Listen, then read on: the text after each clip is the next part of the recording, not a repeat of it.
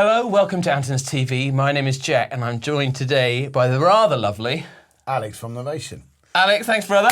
I really appreciate it. It's a Friday, it's a rainy Friday, but you've brought something. We've got a first look at what have we got here. Today I've brought down our latest synth, which is a 16-voice polysynth called Summit.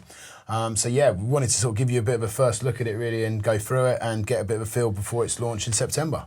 And very quickly, I'm going to escape to leave Alex to talk about it. There's going to be a lot of content, I'm sure, in here talking about the features. If you want to hear it, there's going to be a separate sound-only demo that I'm going to be fudging through some patches and we'll hear the thing. That'll be out either before this or after. Anyway, I'm waffling on. I'll leave you to Alex. So high five, yeah? Nice one. Thanks, man. Okay, so here we have our latest product, which is Summit. It's a really, really powerful synthesizer. It builds on the legacy and the sort of modern classic that we created with Peak. So it basically gives you two Peak engines, if you like, built into one. That's really where it kind of comes into its own and makes it very unique. First and foremost, yeah, it's a 16-voice polysynth. Now, it will work in a single mode and give me the sort of 16 voices. Now again, excuse me, not playing anything. Here on the left of the sort of unit, you can see the active voices lighting up. So again, not very musical, just hitting as many keys as I can, but we have actual sort of visual feedback to how many voices are activated in the single mode. One of the things that's very unique about it as well, it's a bitimbral synth. Now what that means is in a multi-mode, instead of just using the single synth, with 16 voices, we now effectively have two independent 8-voice synths. Now, they think of those as two completely independent synths with the Peak engine. So we've doubled up the power of the oscillators, we've doubled up the power of kind of the mixer section, the amp, the modulation, the LFOs, the effects, absolutely everything is kind of ×2 compared to Peak. Because it's based around the same FPGA technology, it really does give that very rich tone that you get with Peak as well. And it will work with certain Peak patches that you may have already created on another synth. But one of the things that makes it really unique, as I said, is using it in that multi-mode. Because we've doubled up on kind of everything, we've doubled up on the way that we can use the Arpeggiator as an example, which we'll come to in a bit.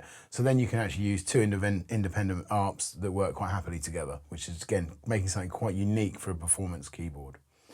It's a 61 key version, that is how many keys that we have, and it is our Novation key bed as well. So it's similar to what you would find on the SL Mark III, but it is a slightly different feel because it's in a metal chassis, so it really does kind of feel, you know, very solid to play. I'm not the world's best keys player by any means, as you may see from other videos, but for me, just the way I interact with the synth, it kind of makes it feel very much like its own kind of unique piece of kit, and I don't know, kind of very nice sort of tactile way of working with it. Everything's very clearly laid out on the top surface. So again, things that you would be familiar with on kind of the way that Novation have designed it. Novation designed this in conjunction with Chris Huggett. So again, Chris Huggett designed the Peak synth with us and also, you know, responsible stuff like the Wasp, the Oscar, etc. So very much a British UK sort of legacy of synthesis. So we're really super proud to be working with him. And this product really kind of shines through a lot of his design and the team at Novation's kind of efforts and what we've been working on. In the same way that with Peak, we've got very clear laid out kind of controls, as I mentioned. So things like the oscillator, we've got our kind of tuning, it's there, it's all in front of me.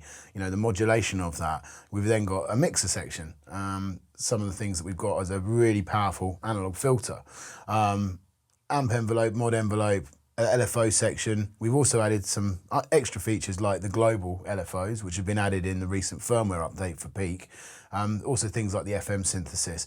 A lot of the feedback we got from our users, we really do listen to all of our users and some of the vital feedback that they give us when they're interacting with our kit.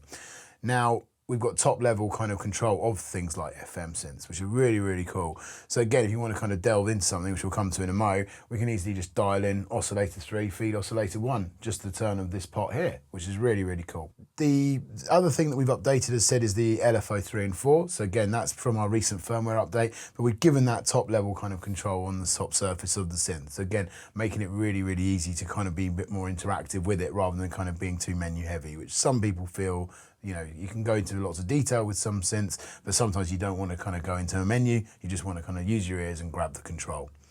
Again, really powerful effects unit at the end here, so again, we'll kind of come to that. And again, one of the things that's really nice is using the global 3 and 4 to maybe assign controlling things like the reverb time or delayed level, you know, whatever it is you want to assign.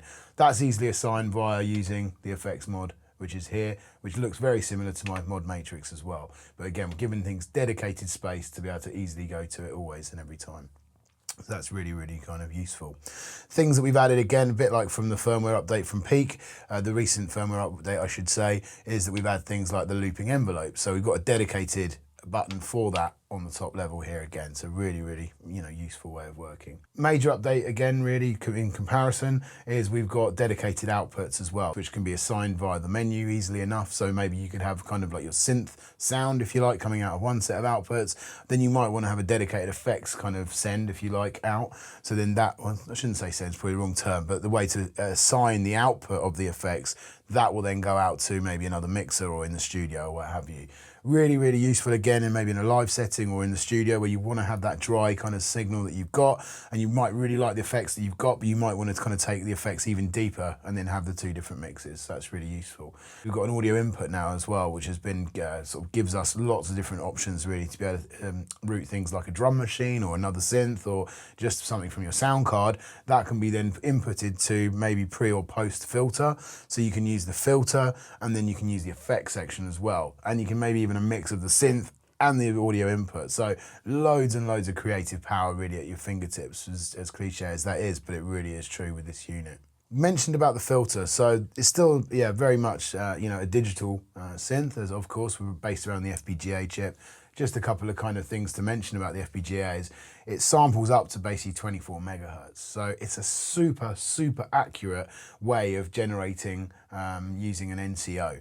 So the idea being if there's a sine wave, being generated, that sine wave is being generated within the unit via the NCO and the FPGA kind of technology, but it samples basically up to like 24 megahertz. So if there's any kind of aliasing there, it's almost unnoticeable because it's such a high range. And again, not many synths out there offer that kind of resolution. The idea being of that, and what is benefit of that, is you're getting the real accurate kind of waveforms. And again, we've got loads of different wavetables that we've added into this as well, which we'll come to. But then we've kind of centered that all around, and Chris Huggett's kind of filter design here, we've got that really, really powerful analog filter, which kind of, gives you the digital kind of control and accuracy that you'd want from a digital synth, but then it gives you that kind of raw power and energy that you get from a really kind of fat sounding filter section. The filter, again, we've got low pass, band pass and high pass. Nothing really too crazy there. But we've added this thing that's called More. And again, this may be slightly different. This is a kind of a pre-release unit that you're seeing. It's kind of an engineering sample. So it's more kind of where we're at with it right here, right now. But if you look at the screen, now we've got a different option. So we can either have kind of filter shape. So we could have, for example, two different filters running in series or parallel. So if you scroll through your options, we've also got things like the filter separation as well of that. So that's how you can get those really nice kind of vowel sort of sounding kind of synth sounds. Again, we'll probably come to it in a moment and kind of show that in use. But again, you can also use the mod matrix and then really kind of assign an LFO or something to make that separation move. It's quite hard to probably me to discuss it. There's a lot of talking, so kind of probably, now given a bit of an overview, we'll probably delve a bit deeper into making some sounds with it. So in the same way that I said we've got the single mode, we'll probably work in single mode. Now, again, the patches that we've got some really cool patches. We did release this at Super Booth, and we had some patches that were built for us that we put on, which again, is kind of a nice way. And we've got some Peak patches and all sorts of things in here.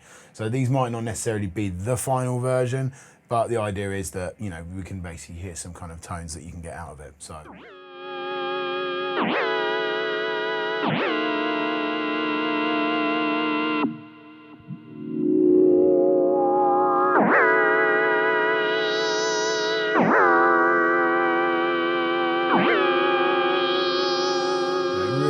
Cool. I mean, every time I kind of come to this unit, I just absolutely fall in love with it every time. It really does kind of give you a lot of cool kind of things at your fingertips. So again, just to chuck through some patches now. Jack will come through them in a little bit more detail, just have a bit more of a play and actually hear a proper keys player playing with it.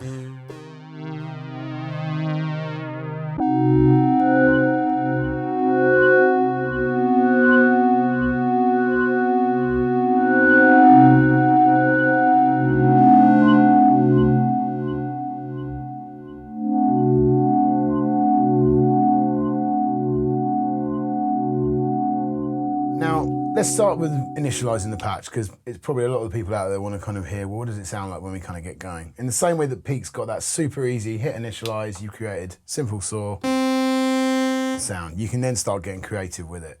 In the same way that I love with Peak, and I find that very hands-on, instant kind of approach, we can select our sound, and if I use the latch now, we can start tuning our oscillators relatively easily. We've obviously got the mixer section, so if we bring in oscillator 1, bring up oscillator 2, maybe change the range.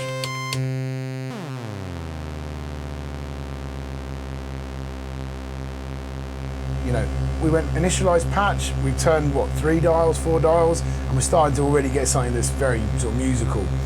So again, we now want to turn up oscillator 3.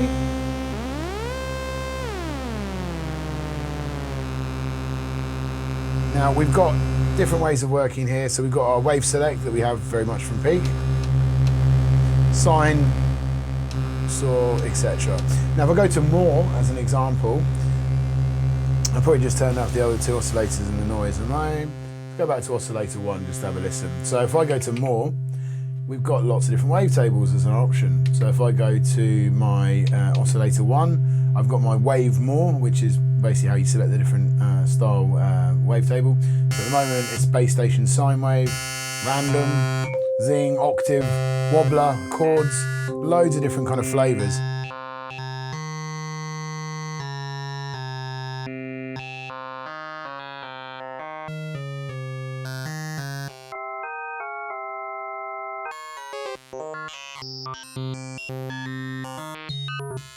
Loads of different wavetables available to us here. And I'm just kind of browsing through. Again, you can adjust the shape of those. And you can even use things like an LFO to assign that shape.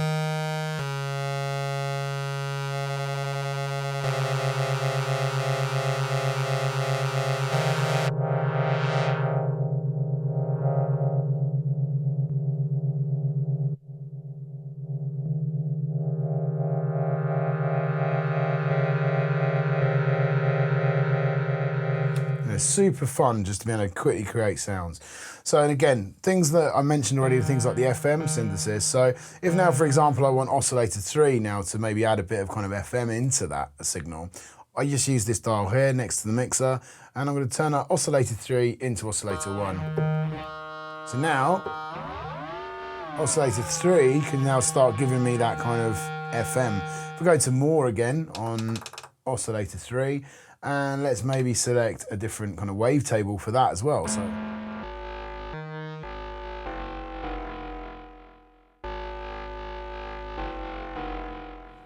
again, we can do things like using the LFO to give us a bit more shape. So we'll go to LFO 2. Again, everything's clearly laid out just over here. So I put a little, I don't know, kind of square thing going on.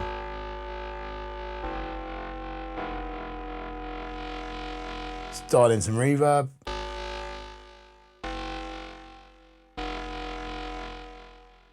Bit of delay.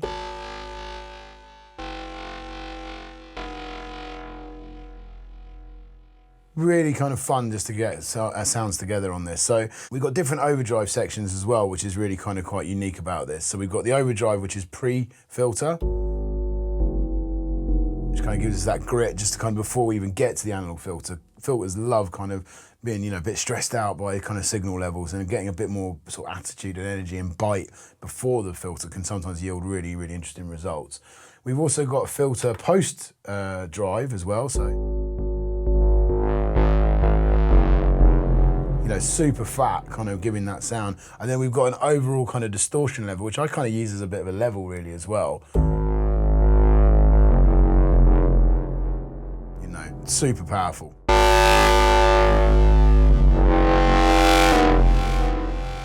So we want to maybe start getting some of that attitude from the filter, maybe a bit of movement. Let's jump into the mod matrix in the same way that we would.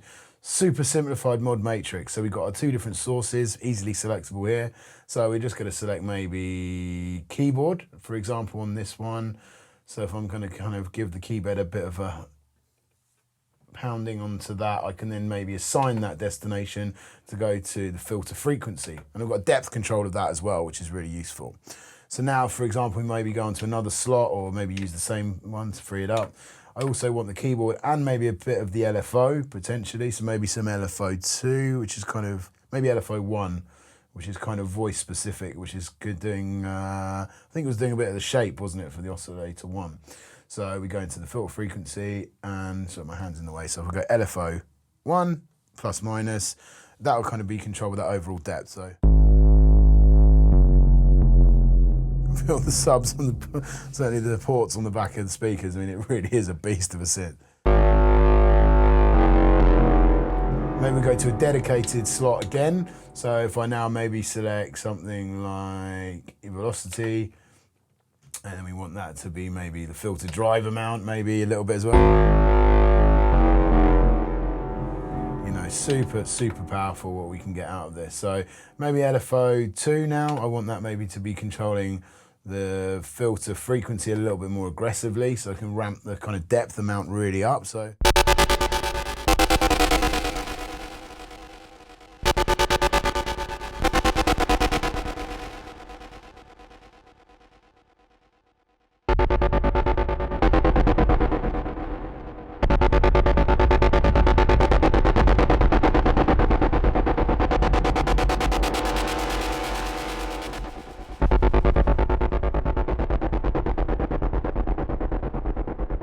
very, very cool. Really, really fun to be able to kind of get going with sounds and ideas with it.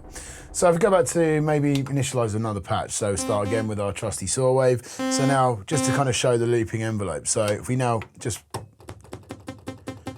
turn on looping envelope, if we go into this now, into envelope, and if we then select the amp envelope. So I've turned on the amp envelope loop. So it's just doing 3 repeats. So again, we can actually take more control of that. So if I dial in 4, and if we do maybe 5, and so on. Now, I quite like the idea of sometimes ramping it up so it's just on.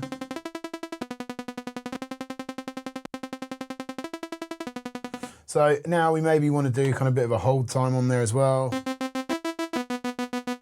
Now, if we just go into the mod matrix again, and if I want to do something again like the LFO2, just as using an example, and we want to assign that maybe to the amp envelope decay and maybe turn it into a negative amount. It kind of ratchets a little bit through it, which is kind of cool. So it kind of gives you that kind of nice.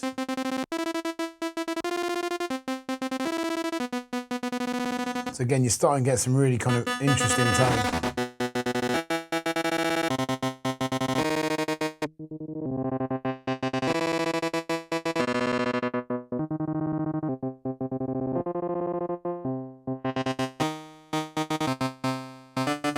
You know, some really interesting kind of results just from literally just jumping in there and again hitting loop, just making something unique and kind of swaying away from just using a preset.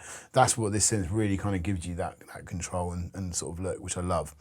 And so maybe let's go into, like I mentioned a little bit about, if we're going to initialize again. Now frequency, select here next to our filter, we've got low pass, so band pass, high pass, as you pretty much standard. So if we go to more now, like we mentioned, so now we're going to be using the filter shapes. So if we want to go into some separation, you can start kind of hearing it, the separation within the synth, kind of, you know, reminiscent of like the Oscar and the way that was doing from what we've been told. So really kind of interesting. So you get two kind of, so start getting some of that separation. You know, kind of getting some interesting results with that separation. And again, because of that really powerful mod matrix, we can even assign, you know, perhaps, again, an LFO if we wish, and assign that maybe to the filter separation amount.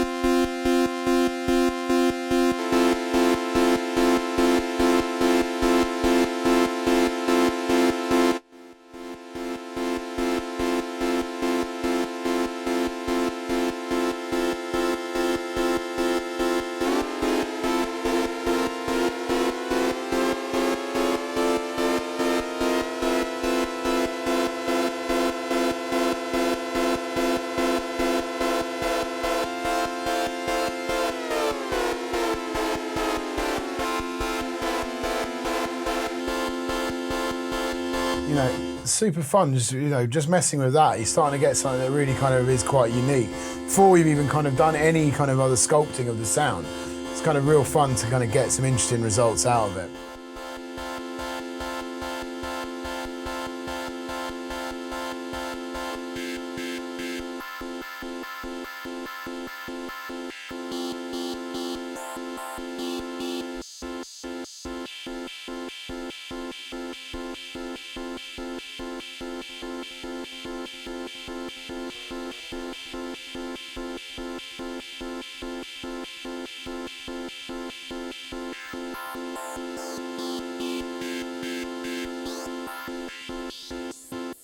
Again, add a bit of FM into that again.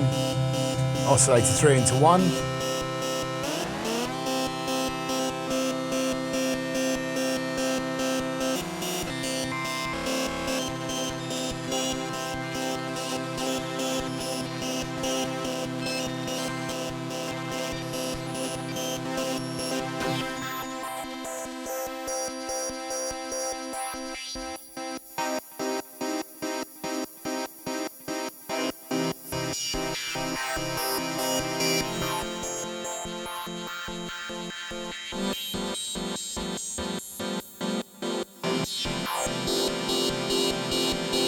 Super powerful. So yeah, really kind of fun way of being able to work with that. So now let's jump into sort of giving a bit of an overview with the single mode. Now let's jump into multi-mode. So this kind of gives you a bit more of an example of what can be achieved with that. So if we go into kind of the two different modes. So when it's blue, it's in part A, which is kind of synth 1, if you like. And then part B is obviously the second part, synth 2. Now with the different selects of A and B here, we can then easily jump between the different sort of parameters. So notice how kind of our LED visual feedback is jumping between whatever this particular multi is. Again, these aren't the final multis, it's just purely kind of where we're at with things at the moment. So these are the ones we used at Superbooth. Now, I'll just give you a bit of an example of it. So if I now use this mode, so again without listening to it,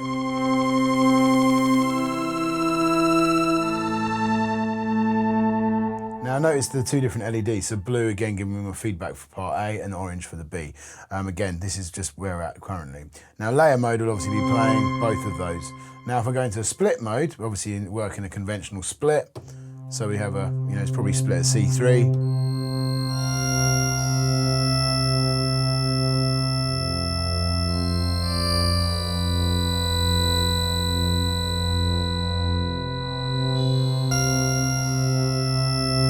So that's kind of fun if you wanted to be able to play, you know, some lower tone or something and then like a pad or something on top. Now if we go into dual mode, now this is kind of a way that is very interesting for me, especially when it's being used in the studio. We then actually have kind of control of independent synths. So we got our kind of our pad sound, we might want to manipulate that a bit. Go, yeah, okay, start dialing in. But then I go into, sorry, that was part pad A, part B now.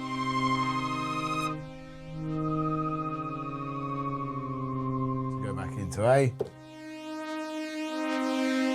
part B. So it's kind of a useful way to be able to use the independent synth engines really that in that multi-mode. So getting something quite unique and separate from it. Now if I hit both, it'll go into white at the moment onto there, so it'll give a bit of a brighter feedback. Now that will obviously let you work when I press layer as an example. That will still be playing both sounds, but now we've got kind of a global control, should I say, which is when it's in both, that will then let you kind of do filtering for both of those parts. So again, kind of once you've built a multi you're really happy with, and when you're in the moment of performing with it, you've easily grab that dial and then that will affect it. Same with things like the effects as well. Now if I go into my settings, just probably worth checking. Under the effects routing, I noticed that effects B didn't here. We can easily assign the routing. So if we go to effects routing, FXA and FXB, at the moment FXA comes out of the main and then FXB is auxiliary, which is the sort of secondary output.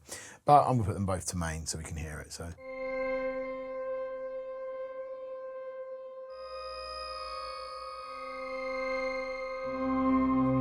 So again, really nice to give that overall performance really with it. So that kind of really makes it come into its own.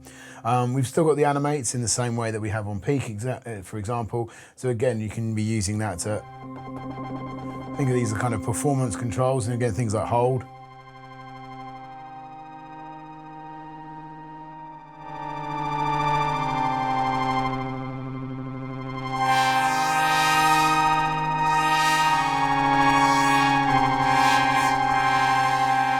Now, one thing I will mention is that those two independent parts will actually be controlled via different MIDI channels as well, which you can set up and assign. So if you are using it with a separate sequencer, for example, like our little circuit sequencer as an example, or maybe Ableton or whatever it is that you've got connected as your DAW, that can also be addressed as well. So if you wanted to kind of keep the two working separately, that's really, really powerful.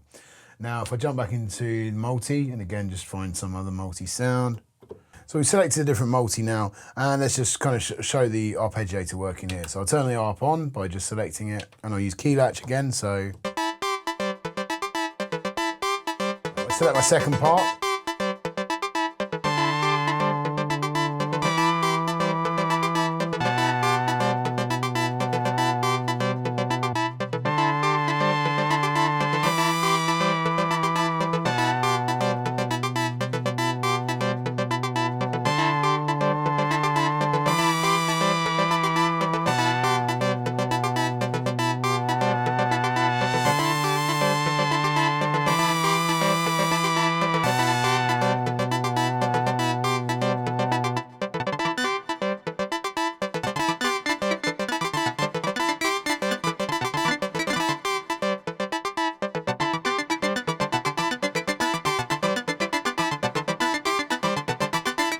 So the two different synths now are working quite happily and separately from one another.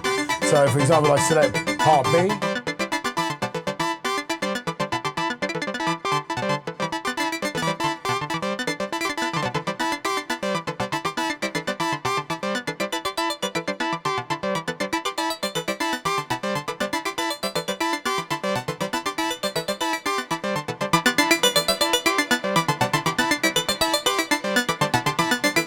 Select both parts again, goes into that colour.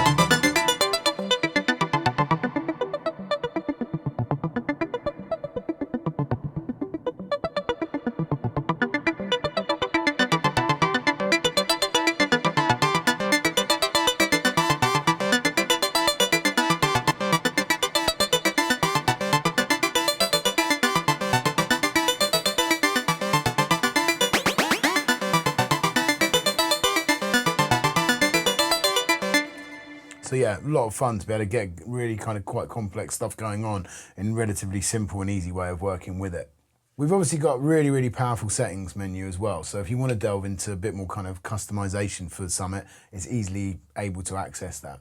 We've got obviously the 16 tuning tables which are available, which you can save your unique tables to, the tuning tables I should say. Now obviously that will work with Scala or Scala, however you pronounce it. So it will obviously work with our component software as well. So you can actually then import from a text file into the way that the kind of the notes relationship will be. So again, you don't have to necessarily be forced into a particular Western tuning as an example. So it kind of gives you that real interesting, almost like, you know, percussive or kind of real out of the world kind of tunings, which makes it really, really powerful. And again, very, very unique in what you can do with it. Stuff that we can do, as I said, like the voice related stuff, all of these menus now are dedicated voice. Oscillator, again, the Oscillator 3 for each individual part, or if we're in single mode, that can easily be delved into. So the way they operate when you're building your own sounds and saving your own stuff, you can go really, really heavy into that. The LFO kind of sort of settings as well, that can be, you know, things like the different waveform select. That is obviously still very much centered around the menu there. But again, you have got things like the global LFOs on top level. So really, really kind of fun to be able to work with it. Really kind of useful stuff within the mixer. Again, things like the ring mod, etc. So we've got lots of different control over that. Everything really in that mod matrix can be assigned kind of pretty much wherever you want it to go. So again, if you're kind of familiar with Peak and how that works, but the power that that brings, it really kind of makes it very, very unique in what it can do. As I said, the really, really interesting thing of starting to be able to route audio through this as well. I mean, again, sometimes putting just a simple drum beat or whatever from a, you know, an old school TR machine or something like that, or one of the boutiques, if you're whatever you're using, or our circuit, for example, put the audio in, send it through the filter, and use the amp envelope, etc., to really kind of sculpt your sound. But yeah, for more information really about the Summit, and also for more information about pricing and availability from Andertons, please check the link beneath the video. I just want to say thanks very much for listening to me talking about our latest flagship synth. Hey, Alex, thanks for that, brother, taking us through. We're going to implore you to check out our other video as well. That's going to be me just going through the sounds, if you want to hear it. But also, you alluded before you run off that you can run audio through this thing. Yeah, I think kind of seeing the power of routing kind of something through it, you can really kind of hear the creative options which can be available to you. So, and you know, I'm always packing my OP1. You know, that's the bulge in my trousers. There we are. And yeah, you said, have you got a bit? I can provide said beats. Yeah, cool. I mean, do you want to? If you get something running, and then I'll right, cool. Can we hear it? Is it? Yeah. So basically, if we go into the voice kind of setting, which again is really clearly laid out above the screen here. If we go into audio input and we just select pre or post filter, obviously I'm going to put it pre-filter because it always sounds even nicer. Yeah. So very exciting saw tone again. So we'll now turn the mixer down. I'll put key latch on, so now the VCA is open, effectively ready to you know, hear the audio input coming through. And if I program a little, and then just a little groove there, so it's straight. Because it's pre-filter, you've got the power of that filter there.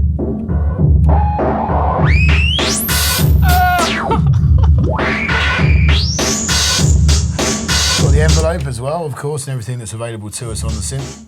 So you kind of get this kind of interesting stuff going on. Oh, I love that. Now, we can also bring in the mix of the actual synth as well still, so if you want to do like play something else.